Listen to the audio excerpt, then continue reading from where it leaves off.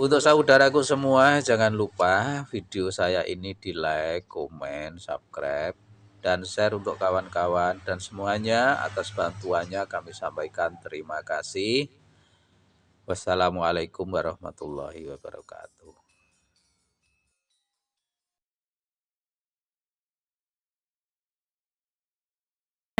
Seperti tadi ya, tak kenal maka tak sayang, saya bacakan sedikit terkait dengan kurikulum vitae beliau ya. Ini panjang sekali ya Mas Kuncoro ini ya. Oke, Oke, tulisannya banyak sekali. Jadi beliau ini lahir di Klaten, Jawa Tengah. Ini kok nggak ada tahunnya ya Mas? Enggak, saya Oh. Rahasia. Enggak gonangan tua. Baik, saat ini beliau adalah salah satu pengajar di program studi ilmu sejarah UNY. Lalu saat ini beliau juga sedang menempuh studi doktoral di FIB UGM. Penelitian beliau fokus pada politik kebudayaan Indonesia dan sejarah kekerasan politik Indonesia. Beberapa tulisan-tulisannya diantaranya adalah artikel yang berjudul Trah Kajoran Tembayat dalam Pergolakan Politik di Keraton Jawa, Jawa Tengah Selatan abad 17 hingga abad ke-19 dalam buku Urip Iko Urup. Baik, lalu selanjutnya ada juga artikel yang berjudul Akhir Riwayat Sang Amangkurat Agung dalam buku dari Forsten London sampai Timur-Timur, Bunga Rampai, artikel populer sejarah Indonesia. Lalu juga yang cukup fenomenal, kok nggak ditulis Mas yang fenomenal ya? Baik, yang terakhir beliau baru saja juga menuliskan buku yang berjudul Prahara di Garis Merah, Aksi Kekerasan dan Penghancuran PKI di Klaten Boyolali 65 sampai 79. Dan juga artikel yang terakhir dengan Pak Budiawan yang berjudul Tempat-tempat Angker sebagai situs ingatan, pewarisan ingatan, pembantaian massal 65-66 di Klaten, Jawa Tengah. Dan masih banyak artikel-artikel lain yang sudah ditulis oleh Pak Kuncoro Hadi. Langsung saja kalau begitu kepada Pak Kuncoro Hadi kami persilakan.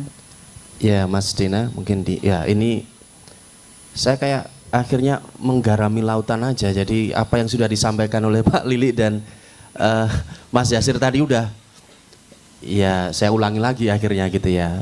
Dan memang sebenarnya saya hadir di sini juga, mohon maaf Bapak Ibu, Mas Mbak semuanya, saya itu cuma timun wungkuk. Jadi karena acara di UNY gitu ya, pembicara dari luar kok rano sing dari UNY gitu ya kira-kira. Mas Yasir langsung ya udahlah Mas jenengan mawon gitu ya kira-kira ya. Padahal ya saya malah muridnya Mas Yasir gitu ya kira-kira ya. Di dalam soal jadi sarkop gitu ya, sarjana kuburan gitu. Iya, saya mengikuti juga. Saya fansnya Mas Yasir gitu ya kira-kira ya. Karena diam-diam saya lihat Facebooknya, kemudian wah bukunya menarik gitu ya. Karena saya sering kali juga di makam Banyu Sumur, momong anak di sana. Agak ekstrim sih, momong anak di makam gitu ya kira-kira. Enggak, bukan hal yang aneh-aneh. Saya karena suasananya tenang aja di sore hari. Nah, terkait dengan pembahasan kita pada hari ini terkait dengan KRT Sumodiningrat, kebetulan memang ketika Mas Yasir ngomong ya sudahlah Mas jenengan mawon gitu ya. Waduh, saya bahas apa gitu kira-kira. Nah persoalannya adalah saya ingat bahwa mungkin 2017 atau 2018 waktu itu Pak Peter Carey membuat tour kalau nggak salah, tour Inggris di Jawa. Tour Inggris di Jawa itu tentang perang Sepoy di Keraton Yogyakarta, dan waktu itu ada diskusi dan kebetulan saya diminta untuk jadi moderator oleh penerbit Kompas. Dari situ kemudian oh iya ya, setiap kali saya pulang ke Imogiri gitu ya, lewat Nyejeran nggak pernah mampir gitu kira-kira. Pak Peter mengajak, lalu kemudian oke semua rombongan ya diajak ke sana untuk tur gitu ya. Jadi nanti mungkin saya memberikan saran gitu ya, karena kita sudah, saya sedikit promosi sedikit gitu ya, di prodi kami itu sebenarnya ada program namanya workshop and tour. Nah ini sudah ada workshopnya, besok tinggal kita tur ke makam Jejeran Pak Yasir, dan Pak Yasir jadi apa namanya tour guide-nya gitu ya kira-kira. Mungkin begitu Pak Yanatun bisa difasilitasi oleh Dinas Kebudayaan Bantul, ngoten nggih. Itu menarik itu karena seingat saya Dinas Kebudayaan Kundo Kabudayaan Bantul itu seringkali bikin tour. Saya pernah jadi narasumber di sana dan gunung saya kok jadi lupa yang dekat Selarong, saya kok lupa, Gunung Mijil. Nah, di situ. Nah, mungkin besok Bapak mohon izin menyampaikan besok kita bisa melaksanakan tur, pesertanya banyak ini Pak, kita bisa mengajak Mas Yasir untuk menyampaikan tadi. Kan kita hanya melihat foto-foto keluarga besar Sumo Diningrat ya hanya berdasar pada visual gitu ya. Nah, besok mungkin kita bisa langsung melihatnya ke sana. Saya sudah 2 kali ke sana dan kayaknya juga ya perlu juga ke sana berkali-kali supaya ya dirawat gitu aja ya. Supaya tidak hilang gitu aja. Tiba-tiba lu kok sana kok hilang gitu kan. Nah, itu jadi masalah. Nah, yang ingin saya sampaikan adalah memang tadi Bu Dekan di awal sudah menyampaikan bagaimana kajian tentang biografi itu apakah masuk sastra atau sejarah. Bagaimanapun kita juga bisa melihat dalam perkembangannya tradisi penulisan biografi itu juga masuk sejarah. Walaupun memang harus hati-hati karena di Eropa memang ada tradisi yang namanya hagiografi gitu ya kira-kira ya. Tokoh-tokoh besar itu dituliskan dengan seperti yang Bu Dekan tadi sampaikan dengan begitu berbuih-buih gitu kira-kira ya. Tapi bagaimanapun studi biografi itu menjadi sangat menarik karena itu pun sebenarnya juga bagian dari sejarah gitu ya. Bagian dari sejarah. Nah, kalau kita bicara soal Sumo Diningrat maka dalam konteks historiografi kita bicara soal historisitasnya kan. Eksistensi seorang Sumo Diningrat gitu ya. Nah, basis atas historiografi itu tentu saja metode dan metodologi gitu ya. Mohon maaf, metode menerawang seperti yang disampaikan Mas Yasir itu belum ada di dalam metode dan metodologi sejarah modern gitu ya. Di dalam historiografi modern yang ada di UNY misalkan atau di UGM itu misalkan kalau kita mengajukan skripsi, penelitian skripsi, tesis, disertasi itu terlalu tiba-tiba misalkan kalau di UGM ini ada Mas Indra juga S2-nya di UGM gitu terus tiba-tiba ketemu Prof Bambang gitu terus lalu kemudian datanya mana Mas? Sebentar Pak, saya terawang dulu gitu nggak bisa. Nggak ilmiah menurut Prof Bambang gitu ya. Ini yang teman-teman sejarah pasti paham itu siapa Prof Bambang gitu ya, penjaga historiografi modern Indonesia itu kan salah satunya Pak Bambang gitu ya. Walaupun mungkin berkahnya juga adalah Om Hao menjadi bimbingannya Prof Bambang. Saya tidak tahu apakah sudah berubah cara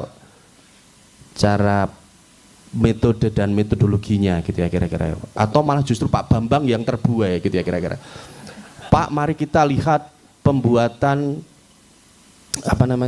jalan Dendels Pak melalui apa? Bukan arsip Pak. Mari saya sentuh, kita lihat. Oh itu Pak, ini ada semua gitu. Kira-kira. Di dalam sekali lagi sampai hari ini di dalam historiografi modern itu tidak dijadikan metode dan metodologi gitu ya kira-kira ya. Bukan menjadi metode dan bukan bagian dari metodologi secara umum. Tetapi memang bagaimana melihatnya? Tentu saja kalau kembali ke masa lalu dan kita bicara soal sumber gitu ya. Kita ngomongin soal sumber kolonial gitu ya. Dan sebenarnya itu sudah sangat banyak orang bicara bahwa ketika historiografi dituliskan maka sumber kolonial yang melimpah itu periode kolonial itu lalu kemudian itu menjadi dasar utama. Padahal tidak juga gitu ya. Kita punya sumber-sumber lokal, tradisi lisan melalui serat dan babat dan itu menjadi bagian penting dari sumber baik nanti sekunder maupun bahkan primer.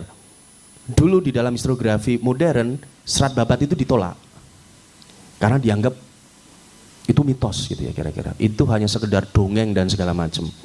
Dalam tradisi historiografi modern kolonial memang itu ditolak. Tapi kemudian kritik atas ini muncul dan kemudian banyak juga penulis-penulis modern kolonial itu kemudian juga akhirnya menggunakan sumber-sumber lokal.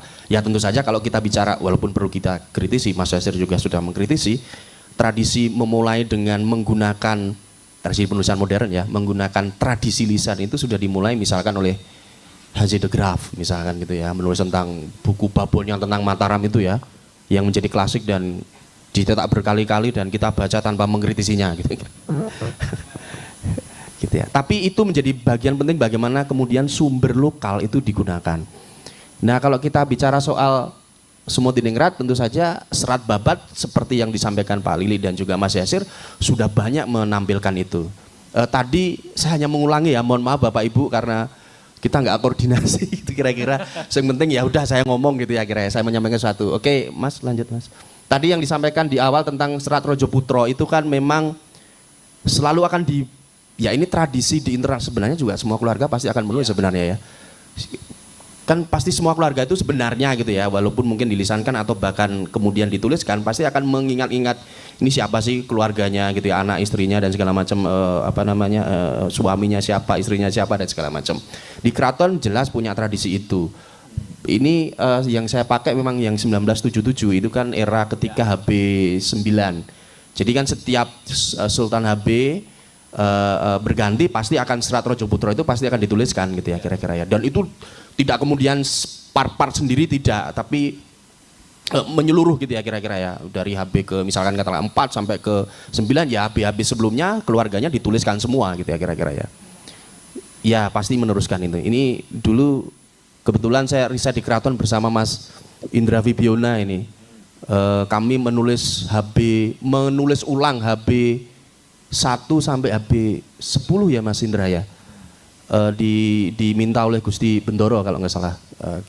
Saya nggak tahu kenapa kok bukunya nggak jadi Mas, nggak jadi terbit, maksudnya saya menunggu-nunggu juga gitu ya dari Gusti Bendoro. Kita sudah presentasi dan sudah dikritik dan akhirnya kita mencari sumber-sumber di di arsip keraton. Nah di situ memang sudah jelas disampaikan tadi bahwa Sumodiningrat menjadi bagian penting dari terah HB1 maupun HB2 karena kemudian tadi menikah dengan putri ke-8, anak ke-8, jadi putra putri gitu, anak ke-8 HB ke-2. Lanjut Mas.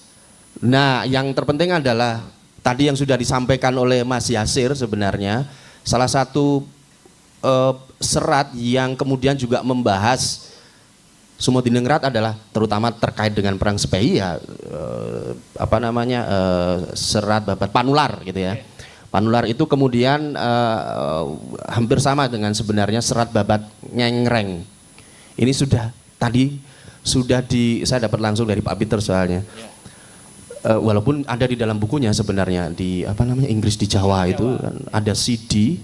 Mungkin Bapak Ibu, Mas Mbak yang pernah punya buku itu, di CD itulah ada Serat Babat Ngenger yang sudah ditransliterasi, dibikin anotasinya dan segala macam lengkap itu Mas Mbak. Dan di situ memang kemudian bisa kita lihat proses bagaimana proses perang peristiwa Sepehi itu ditulis dengan cukup detail dan hampir sama dengan serat Babat Sepehi ya, serat Babat Sepehi yang ada di sini pun juga diceritakan tentang keberadaan Sumodiningrat gitu ya. Sekali lagi Sumodiningrat memang cukup menjadi tokoh utama, katakanlah demikian ya, karena dia menjadi panglima perang gitu ya. Jadi itu ditulis, kalau Mas Yasir tadi menyebut kira-kira 1816, kalau yang saya baca di Pak Peter itu pada 28 Syawal 1742. Kalau kita Maseikan kira-kira mungkin Selasa 3 Oktober 1815. Pak Peter menyebut hari Senin 2 Oktober 1815. Saya tanya bapak saya bukan ahli Jawa. Saya suruh ngitung bapak saya untuk, Pak kalau bulan ini tahun Jawa ini itu Masainya berapa gitu, dihitung, oh ini Selasa 3 Oktober 1815. Ini nanti mohon di cross check Mas Yasir dan teman-teman apakah kita sepakat dengan di bulan, tanggal dan tahun yang sama untuk Serat Babat Ngengrengnya. Yang jelas bahwa lanjut Mas Dena, tadi yang sudah disampaikan oleh Mas Yasir ada di pupuh, kuncinya dari kalau Sumodiningrat ada di pupuh ke-11 dari bait 21 sampai 32. Ini saya tidak perlu ulangi lagi, lanjut aja karena ada pengempungan dalamnya Sumodiningrat, dia ditemukan di masjid dan segala macam. Lanjut Mas Dena. Ya, memang kemudian muncul perang, kekerasan dan bagaimana kematian Sumodiningrat itu secara cukup detail disampaikan. Dan yang terakhir adalah memang, lanjut Mas, Nah ini memang kemudian yang jelas adalah jenazah KRT Sumodiningrat itu dimakamkan di Jejeran. Itu ada di di Serat Babat Ngengreng. Bukti-bukti lain menunjukkan bahwa dia memang kemudian dimakamkan di Jejeran, di Wonokromo, Pleret, dan bukti material kebudayaannya seperti yang Mas Yasir sampaikan ada semua lengkap di sana. Makanya sekali lagi besok insya Allah gitu Dinas Kebudayaan Gunung Kidul akan menyelenggarakan Bantul kok Gunung Kidul. Mohon maaf, Dinas Kebudayaan Bantul akan melaksanakan tur gitu ya. Kemana? Ke makam Jejeran untuk kita menapak tilasi secara historis sosok Sumodiningrat yang ada di sana. Dua serat babat ini saya munculkan satu sebagai sumber sekunder. Karena kalau ditulis 1977 itu jelas menjadi sumber sekunder. 1899 yang tadi serat Sarasilah itu juga sebenarnya kalau dalam historiografi disebut dengan sumber sekunder. Tapi tunggu dulu gitu ya. Babat Sepehi lalu kemudian babat Ngengreng itu menjadi sumber primernya. Kenapa? Karena ditulis berdasar pada kesaksian dari Panular. Kemudian satunya siapa? Mangkutiningrat itu jelas sumber primer berdasar kesaksian orang yang melihat dan menjadi pelaku dalam peristiwa itu, gitu ya. Dalam historiografi itu sudah jelas menjadi ditempatkan posisinya sebagai sumber sekunder. Loh, tapi kan ditulis setelahnya. Iya. Dan jaraknya juga tidak terlalu jauh, 1813 dan 1815, 1816 gitu ya kira-kira ya. Itu menjadi kita tempatkan sebagai sumber primernya, gitu ya. Tapi dua-duanya menjadi sangat penting. Kenapa? Karena kedua-duanya bisa saling melengkapi. Kenapa kemudian kok di baru 1813 kemudian sampai 1816 gitu ya serat babat itu ditulis. Kalau kita lihat sebenarnya ketika saya dengan Mas Indra datang ke keraton untuk mengakses arsip, sebenarnya arsip ya, fokus pada arsip, kami itu hanya mendapati sedikit arsip baik di HB 1, 2, 3, dan 4 seingat saya. Nanti banyak sekali itu kan HB 6 ke atas gitu ya, karena memang situasi politiknya sudah stabil lah kira-kira demikian ya. Periode agak dalam tanda petik gelap sedikit itu kan ya mulai sebenarnya dia 2, 3, 4, 5 gitu kira-kira ya. Di sana kami temukan itu sebenarnya ada beberapa hal, misalkan bagaimana periode itu 1812 setelah Geger Spey itu sampai 1816 itu kan ada proses di mana sebenarnya pihak kolonial itu berupaya untuk mendekati sebenarnya supaya terjadi semacam ya stabilitas gitu ya kira-kira ya, ketentraman, kedamaian yang bersama-sama harus dijaga gitu kira-kira ya. Karena mungkin ini Geger Spey jelas membuat perubahan yang sangat fundamental, kekayaan keraton aja kemudian di masa Raffles juga diambil diboyong banyak sekali gitu ya kira-kira ya. Jadi periode di mana keinginan untuk menjaga ketentraman kedamaian bersama-sama ini menurut saya menjadi ruang di mana dari internal keraton bisa menulis apa yang kemarin terjadi kira-kira demikian ya pada Geger Spey itu. Makanya kemudian setelah itu paling tidak dua serat babat itu kemudian dituliskan gitu ya kira-kira.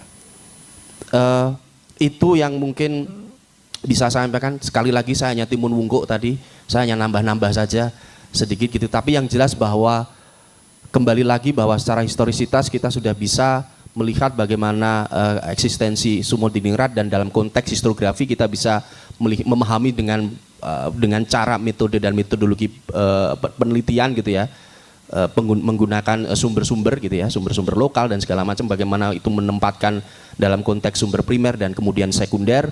Dan tentu saja dalam konteks yang reflektif pada saat ini saya juga ingin menyampaikan bahwa kita bisa menempatkan kembali KRT Sumodiningrat Bapak, karena Kundo Kabudayaan Bantul itu kemarin meluncing tema Bantul sebagai bumi satria. Nah ini Bapak, jadi mungkin kita bisa mengusulkan sekali lagi di samping tadi sebagai cagar budaya, kita juga bisa memunculkan nama KRT Sumodiningrat menjadi bagian dari kesatria di bumi Bantul. Kira-kira demikian. Mungkin itu saja yang bisa saya sampaikan. Matur suwun.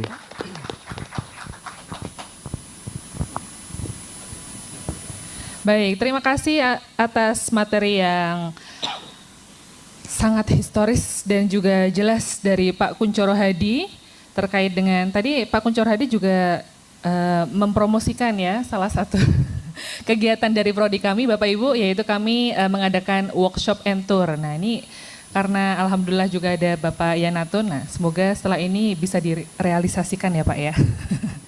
Baik, terkait dengan Bumi Satria dan juga KRT Sumodiningrat dan juga Pak Yanatun selaku pemateri, pembicara terakhir penutup narasumber kita pada hari ini. Dan sebelumnya izinkan saya untuk membacakan CV dari Bapak Yanatun. Baik, Bapak Yanatun Yunadiana SSI, MSI.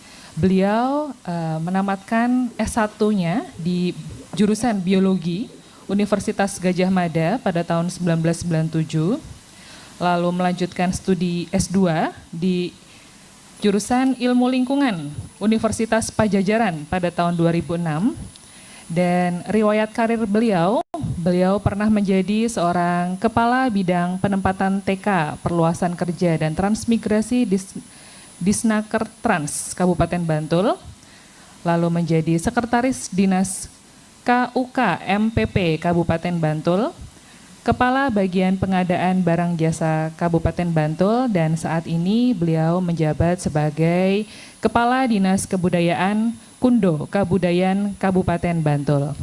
Monggo untuk Bapak Yanatun Yunadiana SSI MSI kami persilakan. Beri tepuk tangannya Bapak Ibu. Assalamualaikum warahmatullahi wabarakatuh. Waalaikumsalam warahmatullahi wabarakatuh. Kalau Pak Kunchoro tadi Timur Wungkuk Ibu. Kalau saya memang Pak, memang karena ketempatan lokasi makamnya di kami, maka harus ada kami gitu. Matur nuwun Ibu, sebetulnya kalau melihat mencermati tadi biografi saya tuh nanti tahunya Pak Yasir, kalau makam itu ada lumut, nah itu saya lumut. Saya dulu kuliah S1-nya biologi, biovita, ahli lumut. Matur nuwun, langsung ke Mas, slide proses penetapan makam KRT Sumodiningrat. Slide-nya yang langsung proses penetapan aja.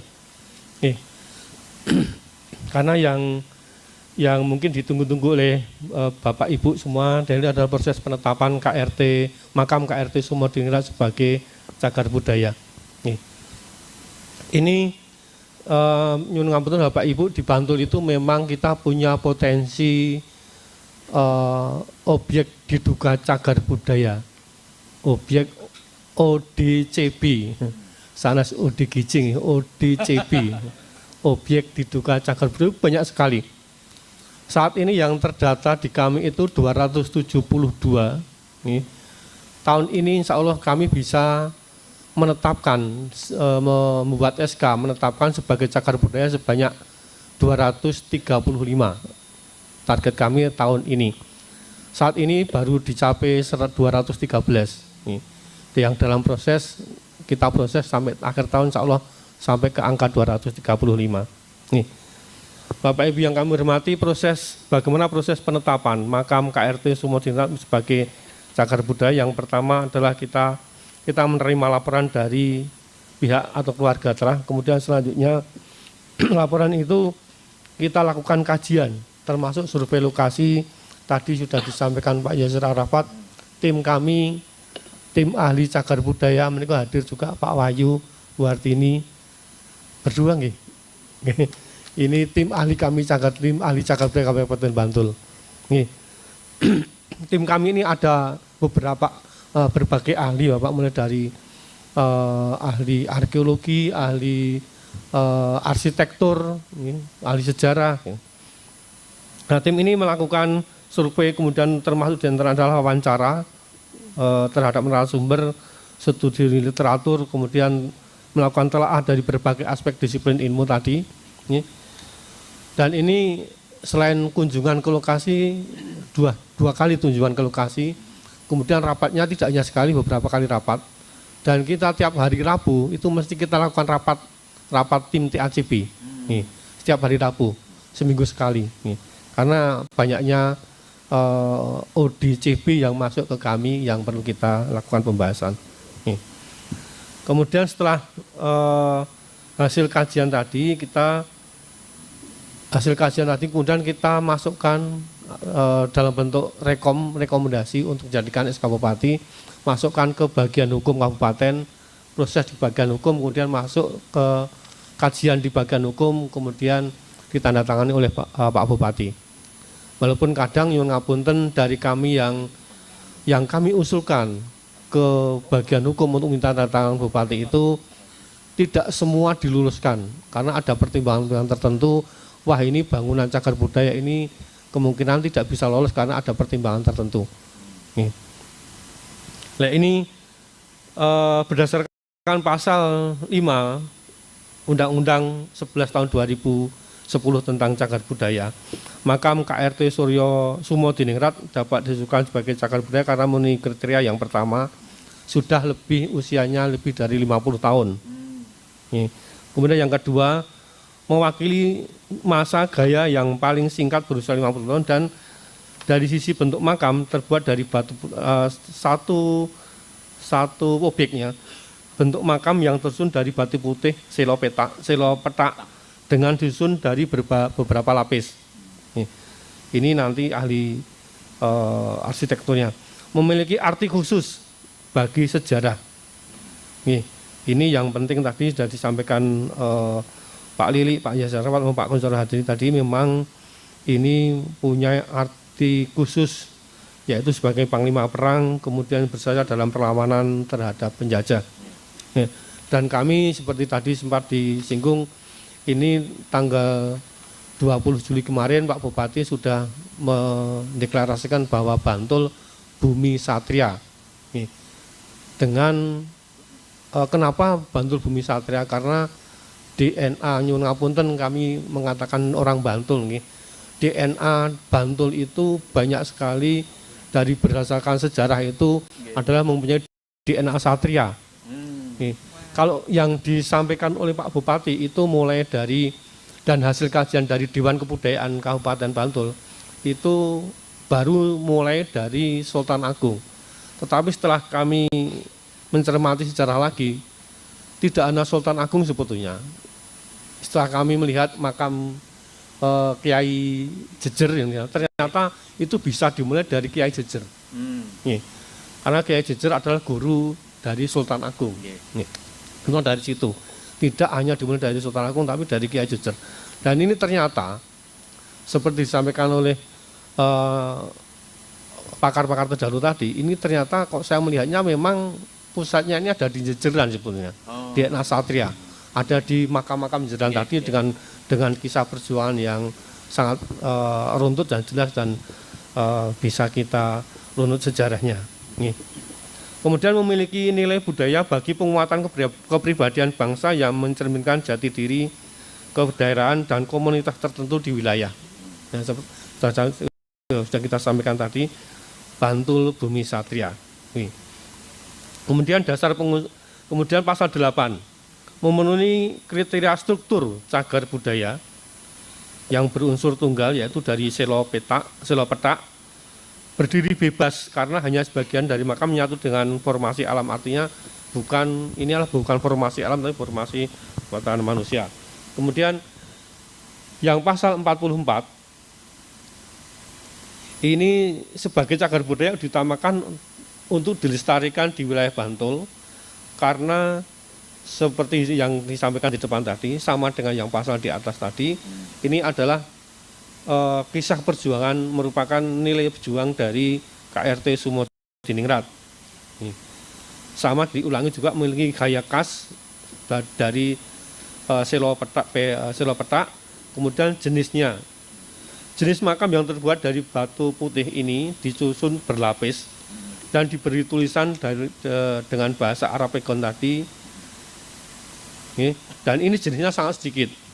Dan ini yang paling penting adalah yang paling bawah adalah bahwa makam KRT Sumodingrat hanya ada di Jejeran, karena tidak ada di tempat lain gitu. Kalau ada di tempat lain nanti kami tidak akan bisa mengeluarkan atau menetapkan cagar budaya. Saya kira seperti yang kami sampaikan. Kemudian posisi penetapan ini dari rekomendasi sudah masuk ke bagian hukum dan sudah mendapatkan insya Allah hari ini. Tadi saya di sini tadi saya konfirmasi ke Pak Kepala Bagian Hukum, hari ini SK Bupati sudah masuk ke meja Pak Bupati, insya Allah hari ini paling lambat besok sudah ditetapkan sebagai, dan tanda tangan Pak Bupati sudah ditetapkan sebagai cagar budaya. Alhamdulillah. Sehingga seperti diharapkan Pak Kuncoro Dadi tadi, mungkin suatu saat iso berkunjung ke sana. Siap Mas Elvi nggih? Nah, siap. Seperti tahun-tahun sebelumnya kita sebetulnya ada kegiatan jelajah situs. Dan ternyata saya tidak mengira sewaktu itu kita umumkan lewat medsos langsung penuh dalam sehari ya Mas yang daftar. Dan itu ternyata yang pesertanya itu anak muda semua. Ya, dalam sehari itu langsung penuh kuotanya. Kita ke jelajah situs. Tapi yang ngapunten yang makam KRT Sumodingrat belum bisa kita lakukan jelajah itu karena belum jadi cagar budaya. Tapi setelah nanti jadi cagar budaya, nanti bisa kita usulkan Mas Elvi untuk kita jadikan salah satu titik lokasi untuk kita kunjungan atau jelajah cagar budaya. Nggih. Mekaten matur nuwun. Assalamualaikum warahmatullahi wabarakatuh. Baik, terima kasih atas pemaparannya Bapak Yanatun selaku Kepala Kundo Kabudayaan Bantul. Memang tidak ada yang kebetulan di dunia ini.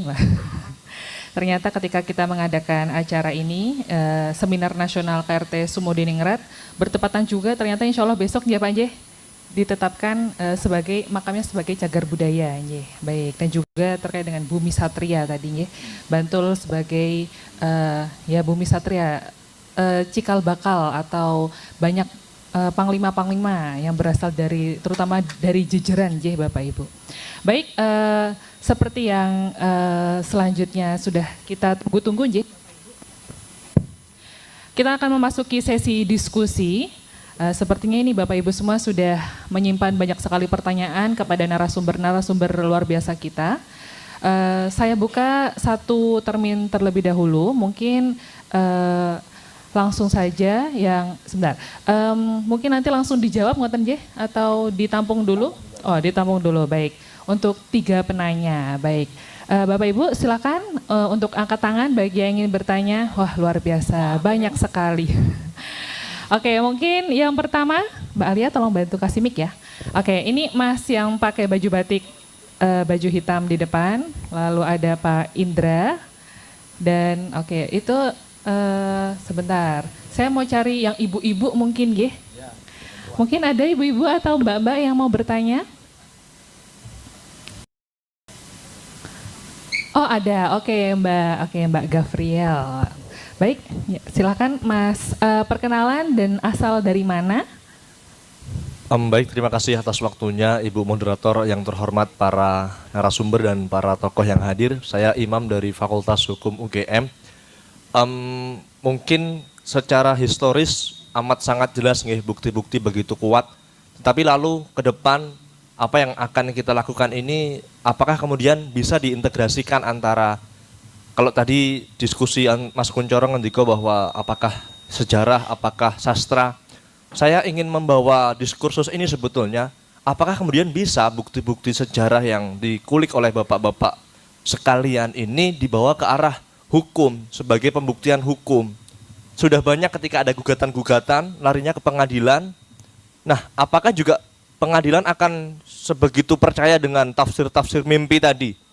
Nah, tentu saya ingin mengharap diskursus ini bisa kita bawa ke arah sebagai bukti yuridis menjadi lebih kuat. Lah, kalau saya membaca dan mendapatkan informasi dari internal Keraton Yogyakarta, ada salah satu upaya klaim di daerah, saya harus sebut mungkin di Semarang, di makam yang itu diklaim sebagai makamnya, salah satu makam yang dianggap sebagai makam KRT Sumodiningrat. Saya mendapatkan sumber dari penghageng yang membawahi makam dan lain sebagainya. Beliau mengatakan itu ada upaya-upaya untuk menguasai karena tanah di sekitar makam yang diklaim sebagai makam Sumodiningrat itu merupakan tanah yang legernya itu tanah putih, tanah yang tidak bisa dikuasai oleh pihak manapun. Jadi dari data Belanda dikatakan, saya mendapatkan data ini dari KRT Purwosmantri, mungkin nanti rekan-rekan dari keraton bisa membantu menguatkan. Beliau mengatakan ada upaya-upaya untuk menguasai tanah tersebut. Nah, kalau ini apakah kemudian nanti bisa menjadi gugatan di pengadilan? Apakah kemudian dari sejarah ini bisa dirumuskan bahwa bukti yuridis yang kuat juga bukti yang memiliki kekuatan secara historis? Nah, saya ingin mengajak secara keilmuan sejarah bergandengan pula dengan hukum agar hukum-hukum kita tidak serta-merta mudah ditumpangi oleh kepentingan-kepentingan tertentu. Mungkin itu, mohon tanggapan dan masukan. Terima kasih. Assalamualaikum warahmatullahi wabarakatuh. Baik, terima kasih atas pertanyaan yang luar biasa ya, Mas Imam dari Fakultas Hukum UGM. Ini tadi pertanyaannya ditujukan kepada semuanya? Oh, baik, kepada semuanya, terutama mungkin kepada Pak Nyun Sewu. Nah, tadi Bapak juga menceritakan tentang Gunung Banca ya. Nah, itu kan mungkin kalau di daerah Yogyakarta itu mudah nggih klaimnya karena itu punya wilayah kekuasaan keraton, tapi bagaimana dengan situs-situs yang di luar keraton? Nah, itu kan pembuktian hukumnya menjadi lebih penting. Apakah kemudian dulu diwakafkan oleh penggede keraton, kemudian saat ini sertifikat wakafnya atas nama siapa? Nah, itu menjadi penting agar perlindungan hukum situs-situs sejarah menjadi sesuai dengan koridor historis yang sebenarnya. Terima kasih. Baik, terima kasih Mas Imam atas pertanyaan yang luar biasa. Dan selanjutnya kepada Mas Indra untuk memaparkan pertanyaannya. Matur nuwun. Assalamualaikum warahmatullahi wabarakatuh. Saya Indra Vibiona, mewakili Balai Pelestarian Kebudayaan Wilayah 10. Mungkin langkah yang tadi sudah diungkapkan oleh Pak Yanatun sudah tepat nih Pak. Tapi saya harap jangan hanya berhenti di Bantul Pak. Kalau bisa di Register Nasional dan kalau bisa itu KRT Sumodiningrat itu dan beberapa ODJB yang ada di Bantul bisa diklaim menjadi cagar budaya nasional. Kita harus dukung semuanya. Saya berharap tidak hanya berhenti di sini, mungkin nanti bisa kerjasama dengan Balai Pelestarian Kebudayaan Wilayah 10 untuk bisa meregister di tingkat nasional. Karena banyak nilai-nilai yang bisa kita teladani dari Sumodiningrat ya, termasuk perlawanan terhadap Belanda dan sebagainya.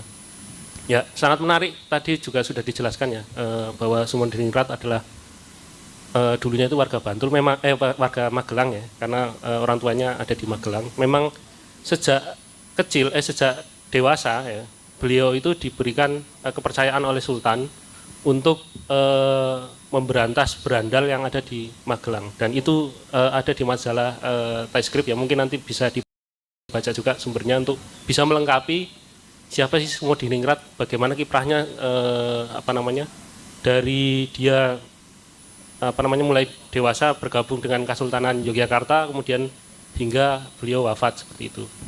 Dan ada hal-hal yang sebenarnya nggak hanya sampai di situ Pak, nggak hanya terkait dengan cagar budaya, tapi kita juga harus bisa mengembangkan juga intangible heritage-nya. Jadi selama ini kan mungkin belum dilaksanakan ya Pak, terkait misalkan perayaan kalau misalkan atau komemoratif terkait Sumodiningrat, mungkin mulai dari sekarang misalkan kalau misalkan ingin memperingati Sumodiningrat bisa dilakukan upacara mocopatan dan sebagainya. Siapa tahu 50 tahun lagi bisa menjadi warisan budaya tak benda nasional. Itu juga nilai positif juga untuk biar Bantul itu punya pengingat bahwa Sumodiningrat itu juga ada dalam bentuk seni seperti itu, atau ada dalam bentuk objek pemajuan kebudayaan seperti itu. Nah itu saya rasa penting Pak. kita mungkin mulainya dari sekarang, tapi 50 tahun yang akan datang, generasi kita yang akan datang yang akan memanennya, Pak, seperti itu. Jadi, sebenarnya ada banyak hal yang ingin saya ungkapkan ya. Tadi juga sudah dijelaskan bahwa Bantul adalah bumi satria ya. Memang betul, Pak. Jadi kalau kita lihat dari panji yang diberikan oleh Keraton Kasultanan, Bantul itu mendapatkan panji namanya Pandan Binetot. Pandan Binetot itu pandan terdiri dari warna hijau dan putih. Hijaunya itu adalah pertanian, putihnya itu ulama dan juga ksatria. Beri tepuk tangan untuk Bantul. Nah ini saya rasa ini juga bisa menjadi narasi yang bisa nanti diangkat lebih lanjut. Sebenarnya ada banyak hal yang ingin saya sampaikan, mungkin waktunya agak terbatas ya. Satu lagi mungkin memori kolektif masyarakat Yogyakarta ya terkait Geger Spoi itu juga sangat, terutama di dalam Keraton Yogyakarta itu juga sangat ini ya, tragis istilahnya seperti itu, bahwa beberapa naskah ya, termasuk pujangga-pujangga yang hidup di era Geger Spoi itu juga banyak dibunuh, dan naskah sebanyak 7 gerobak itu keluar dari Keraton Yogyakarta kemudian dikoleksi oleh British Museum. Dan British itu sebenarnya sudah melakukan digitalisasi, cuma kemarin ada orang iseng ya melakukan DDoS websitenya, kemudian koleksi naskahnya hilang semua. Nah ini prihatin. Jadi ada beberapa yang sudah diselamatkan oleh teman-teman sastra.org dari Surakarta. Mungkin kedepannya bisa lebih di ini lagi ya, artinya bisa diselamatkan lebih lanjut gitu. Dan tadi juga secara aktual ya, artinya Mas Yasir Arafat juga mengungkapkan bahwa sebenarnya peran Kalicode itu memiliki nilai penting. Benar Mas, sampai era kemerdekaan pun, era revolusi fisik, Kalicode itu digunakan untuk strategi dalam laskar-laskar untuk melakukan serangan umum 1 Maret. Jadi strategi susur sungai itu umum dilaksanakan, makanya di kepramukaan era Sri Sultan Hamengkubuwono IX itu kan juga ada memberikan istilahnya apa ya? Jadi ya instruksi untuk melakukan pembelajaran susur sungai karena itu penting. Nah ini saya rasa yang sekarang mungkin orang-orang tidak melihat dari sejarah bahwa dari dulu ternyata ada pengetahuan tradisional yang sebenarnya itu bermanfaat untuk terutama dalam keadaan darurat seperti itu. Nah ini yang harus kita kembangkan lebih lanjut. Titip salam dari Ibu Kepala. Saya mengapresiasi kegiatan ini. Semoga selanjutnya juga bisa lebih digiatkan hal-hal serupa. Terima kasih. Assalamualaikum warahmatullahi wabarakatuh. Baik, terima kasih atas ide-idenya juga nggih Bapak Indra. Dan terakhir tadi ada silakan Mbak Gavriel ya. Oke, permisi. Terima kasih banyak atas waktu yang diberikan. Perkenalkan, nama saya Gavriela dari Angkatan Ilmu Sejarah tahun 2025. Tadi kan disebutkan oleh Pak Lili bahwa salah satu faktor penyebab kekalahan Yogyakarta melawan Inggris ini karena bangsawan memiliki kepentingannya sendiri. Baik, pertanyaan saya ini, apakah jika para bangsawan keraton ini bersatu, Yogyakarta ini akan mampu untuk menahan gempuran dari tentara Spoi dan Inggris, mengingat bahwa Inggris kan mendapatkan bantuan logistik dari Tanjung dan militernya lebih unggul. Terima kasih banyak. Baik, terima kasih Mbak Gavriel atas pertanyaannya ya. Baik Bapak Ibu, sesi pertama saya tutup terlebih dahulu kepada Bapak-Bapak narasumber. Monggo silakan, dari siapa dulu?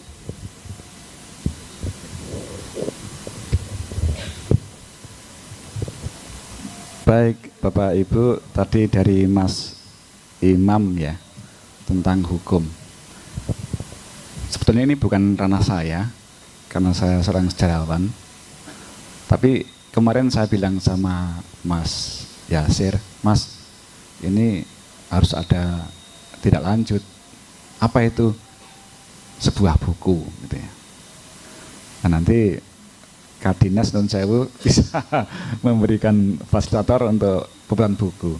Mas Indra bisa dilibatkan ini.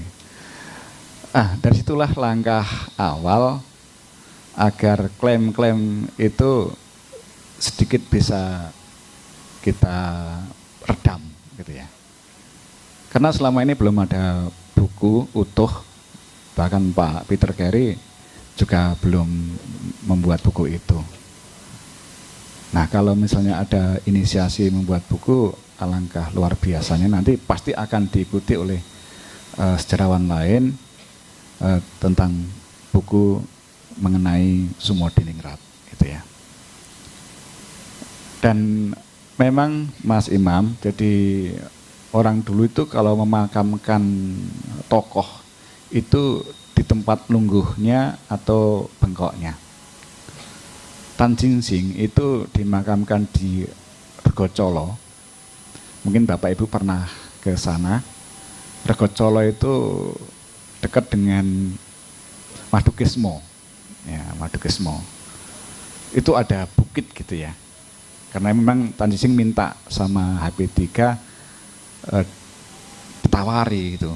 Ditawari HP3. Kamu minta mana lungguhmu? Tan Jing Sing berpikir, nanti kalau saya meninggal di mana? Dia salah satunya minta di Regocolo itu. Dan Regocolo itu memang ada bukit. Dan akhirnya Tan Jing Sing dimakamkan di sana beserta anaknya. Tapi nanti di bawahnya ada makam-makam warga gitu ya. Termasuk tadi Gunung Banca. Gunung Banca itu masuk wilayah kekuasaan Ronggo III. Makanya Ronggo III ketika istrinya Madritno itu meninggal, minta agar dimakamkan di Gunung Banca. Dan di Gunung Banca itu juga ada guru Ronggo III, kebetulan itu. Kalau isu-isu kalau ada pesawat kemudian di atas Gunung Banca kemudian jatuh, itu belum dibuktikan ya. Jadi itu. Kemudian Mbak Gabriel, seandainya para bangsawan itu bersatu, apakah bisa mempertahankan keraton? Pasukan Raffles itu sebanyak 1.200 dan 500-nya itu dari orang-orang Sepoy. Orang-orang Sepoy ini direkrut Raffles dari Benggala India. Karena orang Sepoy ini karakternya kuat, jadi digambarkan dalam babak Panular itu baplang gitu ya, kumisnya baplang, punya simbar gitu ya. Dan orang-orang Jawa saat itu ketika melihat orang Sepoy ketakutan. Kalau melihat orang Inggris, orang Belanda nggak takut karena sudah terbiasa melihatnya. Nah, 500 ini itu sangat kuat. Cuma kelemahan orang Sepoy itu dia jauh dari istrinya, dari keluarganya, sehingga kadangkala kangen gitu loh. Jadi tidak fokus dengan perang. Itu. Nah, selebihnya 500 berikutnya tentara Inggris murni gitu. Tapi perlu diingat bahwa sebetulnya perang Sepoy ini adalah perang global. Banyak sekali orang-orang bukan orang Inggris. John Crafoord itu orang Skotlandia. Itu. Dan snipernya itu juga diketahui orang Skotlandia. Tan Jing Sing itu dia memberikan fasilitator tangga. Jadi Bapak Ibu dulu itu yang namanya Keraton Jogja itu Benteng Baluwerti, kemudian sebelum Benteng Baluwerti itu ada kolam, ya kolam. Nah, setiap gapuro, Nirboyo dan sebagainya itu nanti ada jembatan jungkit namanya. Nah, kalau ingin menaklukkan keraton harus melewati kolam dan Baluwerti. Dulu enggak serendah itu ketinggian Baluwerti. Maka perlu adanya tangga dari bambu. Gitu. Nah, Raffles bilang, ya udah sediakan. Gitu. Raffles juga memerintahkan Tan Jing-sing untuk makan rangsum prajurit, gitu ya, yang nanti akan dibawa ke benteng Brandenburg atau loji tadi, Mas. Gitu. Dan Raffles tahu benar bahwa untuk menjatuhkan Jogja harus digembosi kekuatannya. Makanya Pangeran Notokusumo itu ketika di Cirebon, itu kan ketika Dendels membuangnya ke Cirebon, kemudian digait oleh Raffles. Gitu ya.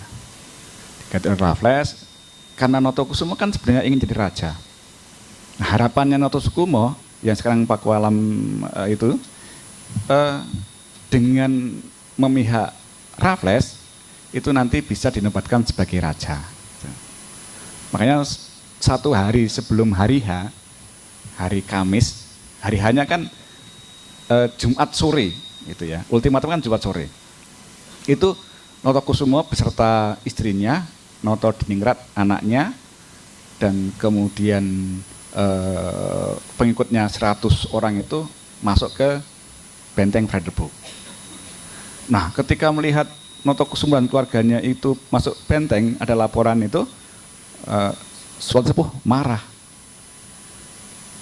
Ini saudara saya, ini adik saya, kenapa seperti ini? Gitu ya. Nah, sebelumnya digembosi juga, tadi yang saya ceritakan, putra mahkota yang difasilitasi oleh Tan Jing-sing itu sudah menaikkan kontrak rahasia. Nah, ini cerita menarik ini. Jadi di Ponorogo itu pernah diminta oleh HB5 itu menyerahkan kontrak rahasia ini. Karena di situ kan ada ketentuan di Ponorogo sebagai putra mahkota. Diserahkan ke HB5 karena adiknya kan, HB5 adik ponakan lah.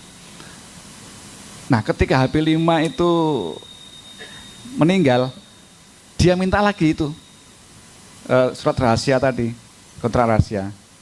Oleh Ratu Ageng, ibunya HB5 nggak boleh, gitu. Udah hilang alasannya gitu. Nah, ini yang disesali oleh Diponegoro dalam babatnya itu. Jadi memang politik Raffles menggembosi beberapa punggawa yang memang diakui nanti kalau ini nggak digembosi kuat gitu. Ketika Dendels benteng-benteng itu belum rapi, belum diperkuat. Tapi ketika Raffles datang, HB2 ini harus diperkuat. Gitu ya. Salah satunya mengundang Ronggo III untuk di upacara gerbek itu. Jadi kalau gerbek itu kan semua mancanegara timur itu datang semua membawa bulu bekti atau pajak, kemudian disuruh membangun lebih kuat benteng Baluwarti itu. Jadi ya memang punya kepentingan sendiri-sendiri. Gitu. Jadi mereka ya ujungnya ya kekuasaan. Gitu. Pak, gimana kalau seandainya Notokusumo tidak memihak Inggris? Ada pertanyaan kayak gitu. Jadi kalau Notokusumo memihak sama Inggris dan memberikan peta, itu ada sisi positifnya. Kenapa? Di peta itu Notokusumo memberikan semacam denah. Ini loh tempat Mesiu, ini loh jalan keluar, ini loh kekuatannya. Makanya sasarannya adalah Mesiu di benteng Baluwarti Lor Wetan itu, yang sekarang dibangun itu. Oh, iya, iya. Itu kan HB9 nggak mau itu. Dulu udah ada rencana kerobohnya benteng Lor Wetan itu direnovasi. HB9 nggak mau. Wah, ini bukti ini. Kenapa harus diledakkan itu. Nah, ketika itu diledakkan gampang untuk masuk. Jadi kalau Mangkunegaran memang dia setia ya. Surojo abu-abu, di depan setia, di belakang enggak. Notokusumo udah terang-terangan. Itu. Jadi ya begitulah, ini sebagai pelajaran bagi kita ya, bahwa memang sejak dulu ya pemecah belah itu udah biasa. Dan perlu diketahui, Raffles sebelum dia datang ke Jawa itu sudah mengetahui tabiat karakter raja-raja Jawa. Dan disimpulkan bahwa raja-raja Jawa itu penuh dengan konflik. Nah, inilah yang dimanfaatkan oleh Raffles.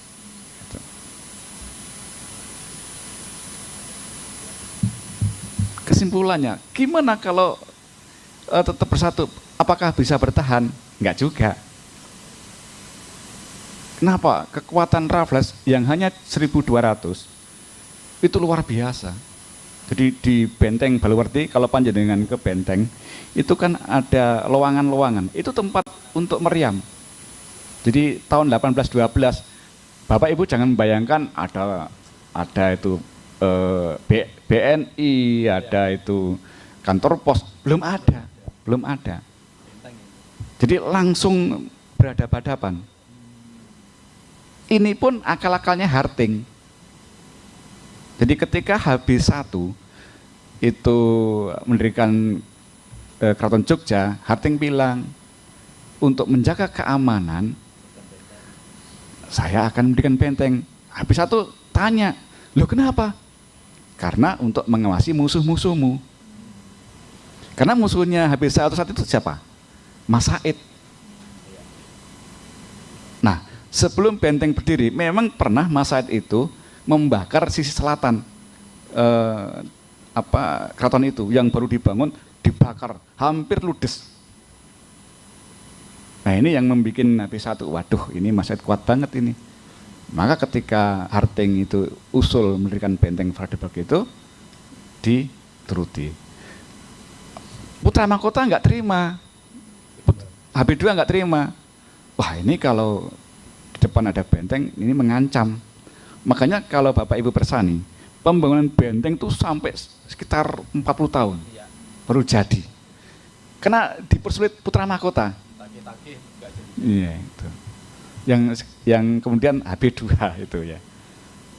Itu. Jadi ke depan memang sudah ada visi ke depan bahwa ini ancaman Jogja ini. Itu ancaman, sehingga perlu adanya benteng. Dan setelah geger sepoi itu kan tanggal 20. Tanggal 20, kemudian tanggal 21 Pangeran Surojo dilantik. Jadi Raja Jogja di tempat tinggal residen Jogja yang sekarang jadi Gedung Agung itu. Nah, setelah dilantik itu defile kekuatan iki lho, tentara Inggris. Jadi ada barisan tentara Inggris, ada barisan sepoi, dan ada barisan tentara-tentara dari Notokusumo dan juga dari Prangwedono. Sinyalnya Raffles adalah, jika kalian macam-macam lagi, kami punya kekuatan, gitu ya. Nah, setelah itu kemudian penjarahan itu, ya, penjarahan besar-besaran. Jadi memang masalah kita adalah masa persatuan, gitu ya, persatuan dari dulu. Gitu. Sehingga bahkan kita negara kita, Jogja itu pernah dipecah lagi loh. Ketika Diponegoro melawan, itu tahun 1826 itu ada usulan. Karena 2 tahun, 25 sampai 26 itu kan di luar dugaan pemerintah Belanda, kok sampai lama seperti ini. Nah, ada usulan, udah kalau gitu Diponegoro jadikan raja. Yang lain di pejabat-pejabat di antara Dekok itu, wah jangan. Nanti kalau Diponegoro jadi raja, maka nanti orang-orang Yogyakarta, penggawanya akan memusuhi kita. Ya udah kalau gitu kita hapus saja Jogja. Masuk wilayah Surakarta, seperti dulu. Nah, ditentang lagi. Ada usulan lagi, ya udah kalau gitu Jogja dibawa langsung company atau Belanda, ditentang. Akhirnya De Kock memberikan jalan tengah. Ya udah, untuk menghentikan Diponegoro, kita undang saja kakeknya, HP2 di Ambon. Nah, karena De Kock punya dominan, akhirnya udah kalau gitu, itu aja. Akhirnya HP2 diundang. Harapannya apa? Bisa menghentikan perlawanan Diponegoro. Tapi ternyata fisik dari HP2 sudah mulai menurun dan powernya juga tidak seluar biasa dulu, sehingga perlawanan Diponegoro itu tetap berjalan. Begitu, terima kasih.